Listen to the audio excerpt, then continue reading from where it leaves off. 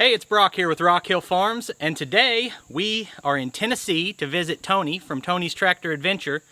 We met at a farm show last year. Yep. We've been talking ever since, and he's one of my favorite channels to watch. I'm one of his.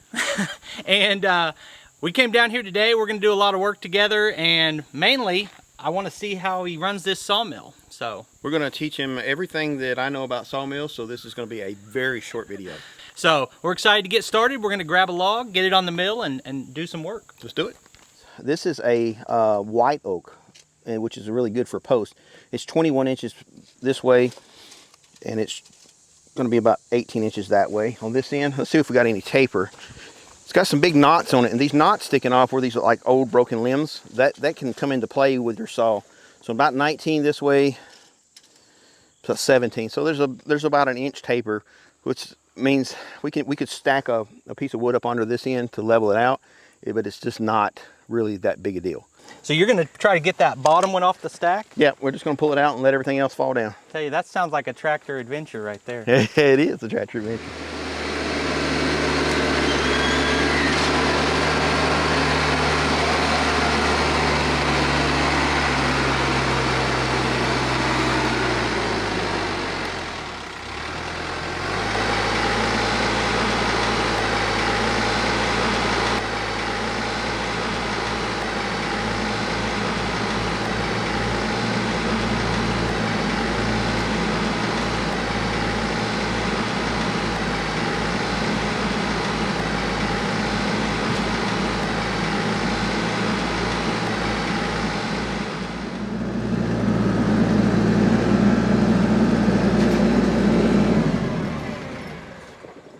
So what we got here is, these are a brand new set of saber-tooth 10-degree blades.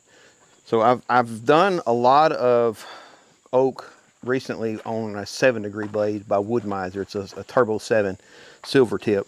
And I had another order of these saber-tooth blades from Frontier come in.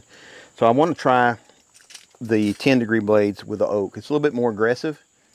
So here's a lesson, a lesson well learned. Is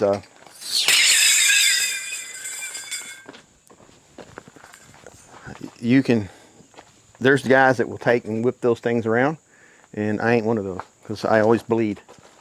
Right.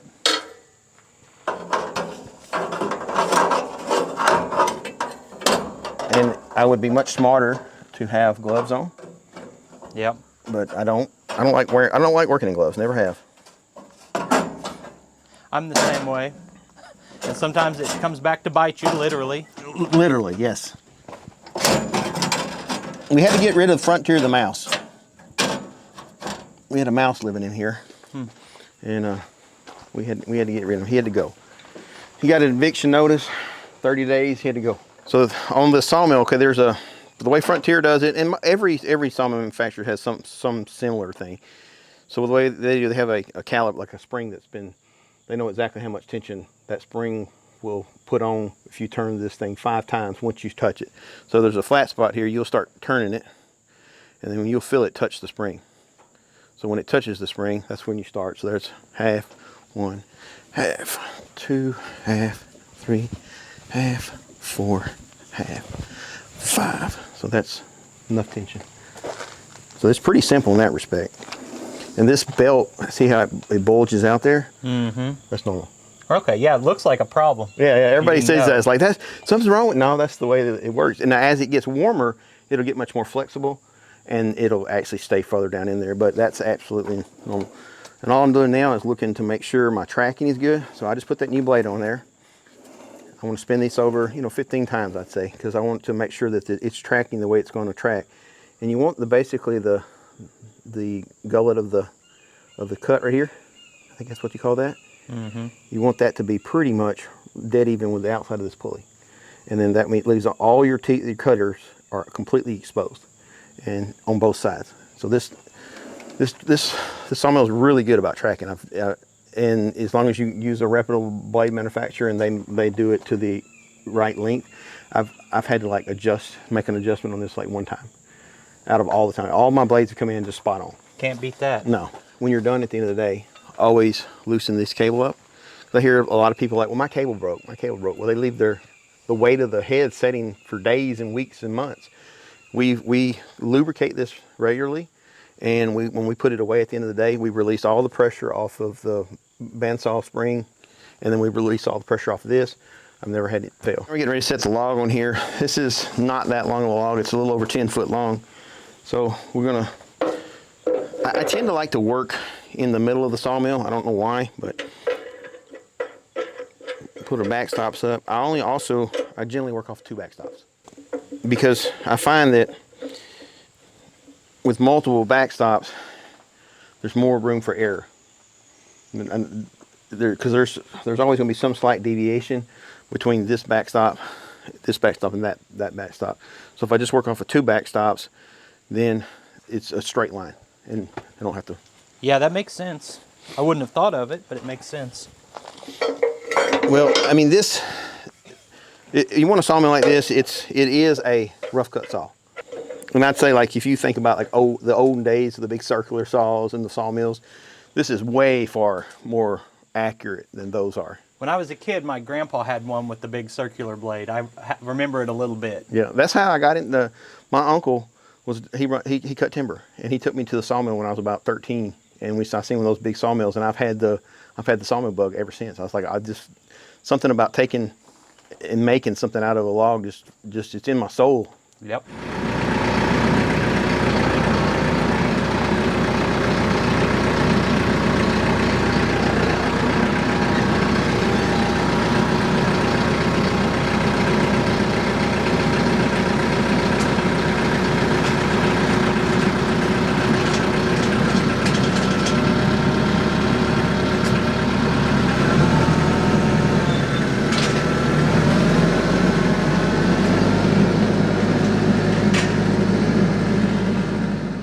Sometimes I get sidetracked, but I walk up it from the side, and then make sure I can get my hand on it so I can. Because generally, if it's just teetering, you can hold it. But once it starts going, you're not stopping 2,000 pounds. It's coming. Right. And there goes the ankles, knees, and so this portion right here, you've got to make sure that it's going to clear the track on the inside here. Yeah, it kind of looks like right now it's close. It's close, and what I'm going to do is go ahead and screw this in, and so it's going to go in further. I mean, sometimes you can only get one. These first cuts are on big logs like this. These first cuts. This is really kind of close to the max of this sawmill. Yeah. Like, so you can be really patient with it and come by and take little slices off the top, and then turn it over and take little slices and just keep. You can like make a stop sign out of it, but it's very time consuming and sometimes so frustrating you don't want to. Yeah, and that explains why there's a difference between the maximum cut width and the maximum board. Yeah, right. Maximum log size. Yeah. So we get, like I said, 20-inch board. If we're really willing to work with it in the center, we can. I've got 23-inch boards. So you can do it. But they don't rate it that way because it's just not realistic to try to do all the time. But that's just one of the reasons. Like I said, we're probably gonna upgrade to a bigger sawmill. Where you want bigger capacity, but as soon as you start going up in capacity, you start going up in price too, and it's kind of a personal use mill. Right. So. Yeah. It's definitely. This is definitely a homeowner's mill, a homesteader's mill. You go into the kind that turn the logs over by themselves. You're in a totally different price range. I mean, you're talking about we're in this. You can get into this sawmill from start, and I don't never talk about prices, but you can get into this sawmill very economically, and it'll pay for itself very quickly if you don't mind the hard work. But if you want an automated production sawmill, yeah, you're going to have to pay a lot more. It's a big difference. But still, even in these type of economical sawmills, they have different sizes. We evaluated the trees on our property. We evaluated the trees in our surrounding community that we thought we would get. Well, it turned out that ain't how it works. We have come across so many big trees that we have turned away, like red oak, white oak trees, just hickory, big giant trees that we just turned away because we couldn't put them on our sawmill. So having it to do over today, depending on where you're at, like this is a great sawmill for, say, in Canada where they have the spruce and they're long, skinny, they're big long logs this long. But for us and our types of trees now, I probably should have went with the 31, 27 or 31. And those are not that much more expensive. You know, they still work the same way. They're still a full manual mill. But you know, as long as you have tractor and tractor hydraulics, you can get around that. So here, the blue line is going to give, it's in correlation to how high the blade is from the bunk, the top of these bunks. And that's all it'll ever be. So sometimes you'll be working from the bunk side for spacing. But most of the times you'll be working from the top of the log down. So it's not going to necessarily be the perfect inch from the top of the bunk. So what you do is you say, we want to move this to, this red line is adjustable. So you can move this up and down. And let's say we want to cut 3/4. So we're just going to move the red line down over the 3. So that's 3/4. So the next time we cut, we'll drop the sawmill down. We'll just go down to the next 3. And that takes into account the thickness of the blade. So every time that you cut, you lose an 1/8 of an inch roughly. So if you want, let's say you want a 1-inch board, well then you would use 4/4. Then you want a 2-inch board, you would use the 8/4, because each time that you make a cut, you're losing 1/8 of an inch of log for the blade width. So this automatically takes into account that.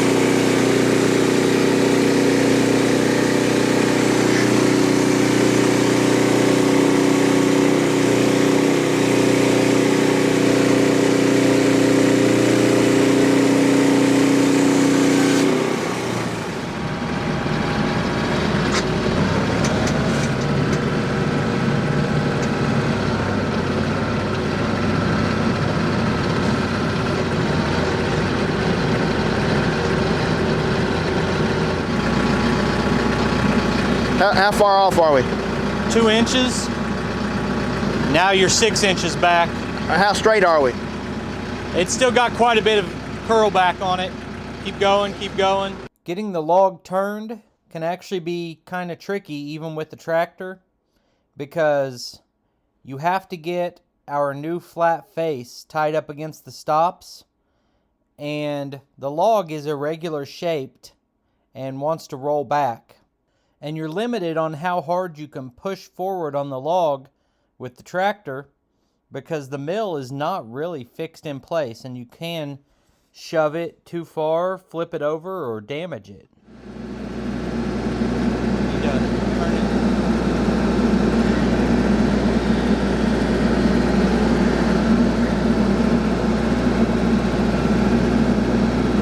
You're touching here, you got 2 inches over there. You're there.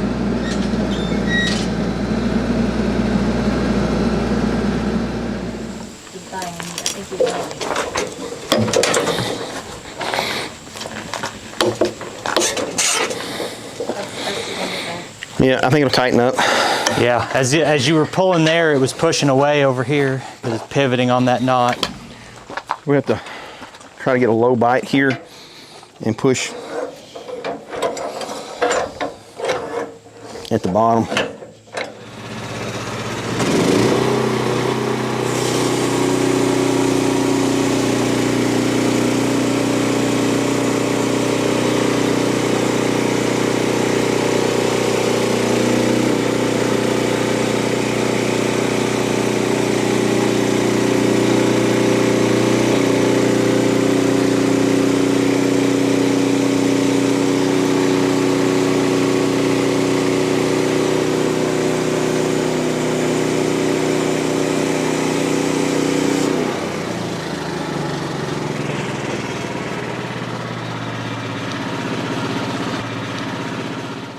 maybe. I may still turn it with a tractor.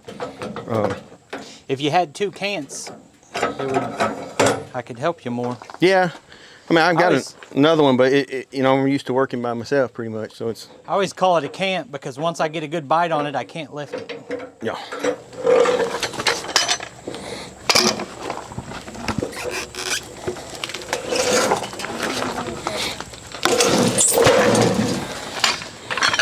And we're square on it. Yep. There's a little bit of debris in between the log and the stop over there.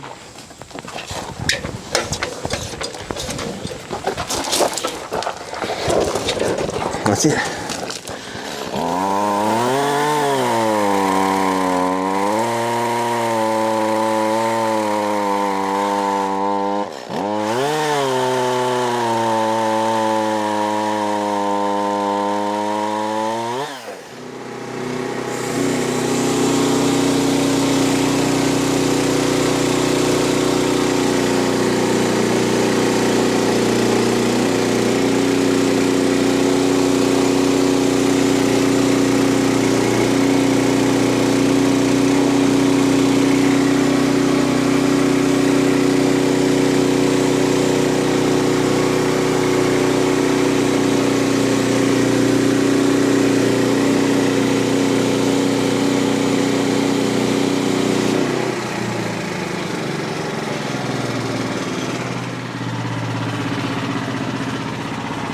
I mean, I could see that if you could dry that in the kiln, clear coat it, that'd be something neat.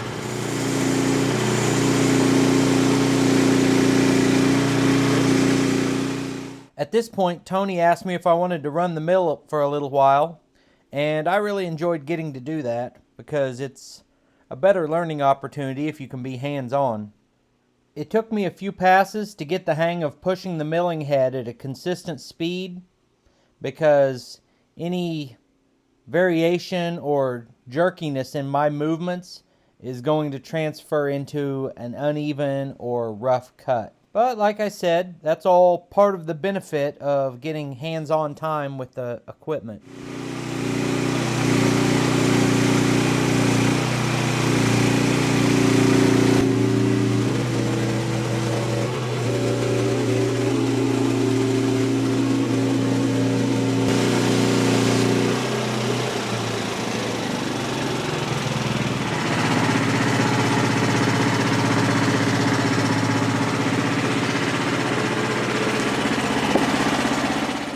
We'll grab on that end, we'll pull it straight to us.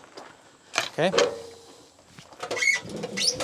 Be careful, because I just rolled one off the other day. We got to get it close enough, bump it, but watch your legs, because if it comes off, it About will. there. I'm going to come over a little bit more. Okay, I think we're good. We'll just flip that dude right over.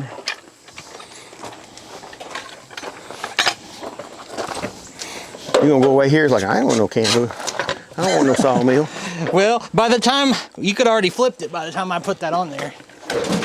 So we went a little bit too far. We'll go over and bump it back. I might can just yank it by hand. Yeah. Chipped it just a little bit, nothing major.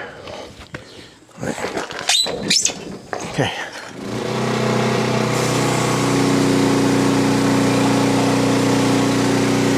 So when you push, you want to put your arms out in front of you, make them a spring.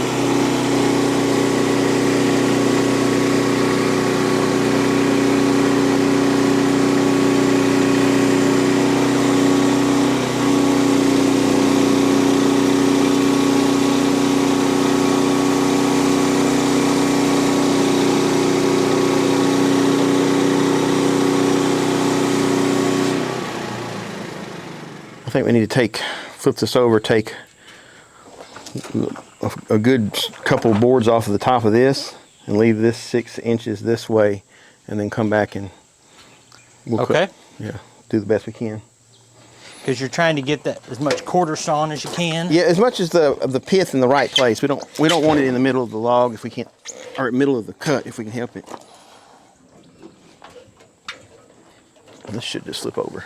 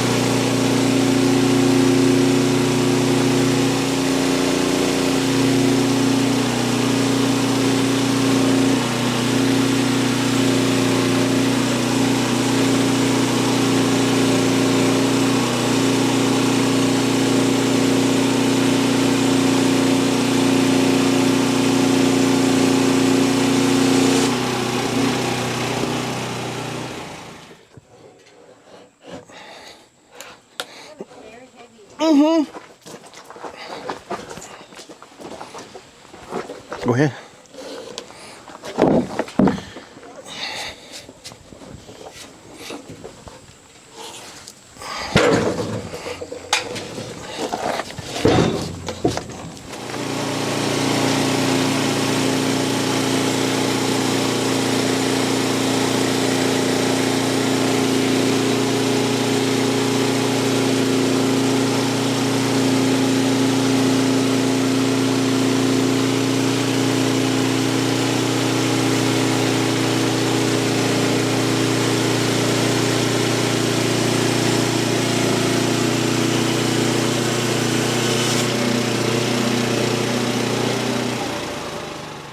So I feel like I learned quite a bit.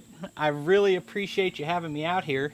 And the cool thing is, we're gonna do a few more projects like this. So hopefully you enjoyed this one, because you're gonna see more of it. Well, we appreciate you watching, and we'll catch you on the next one.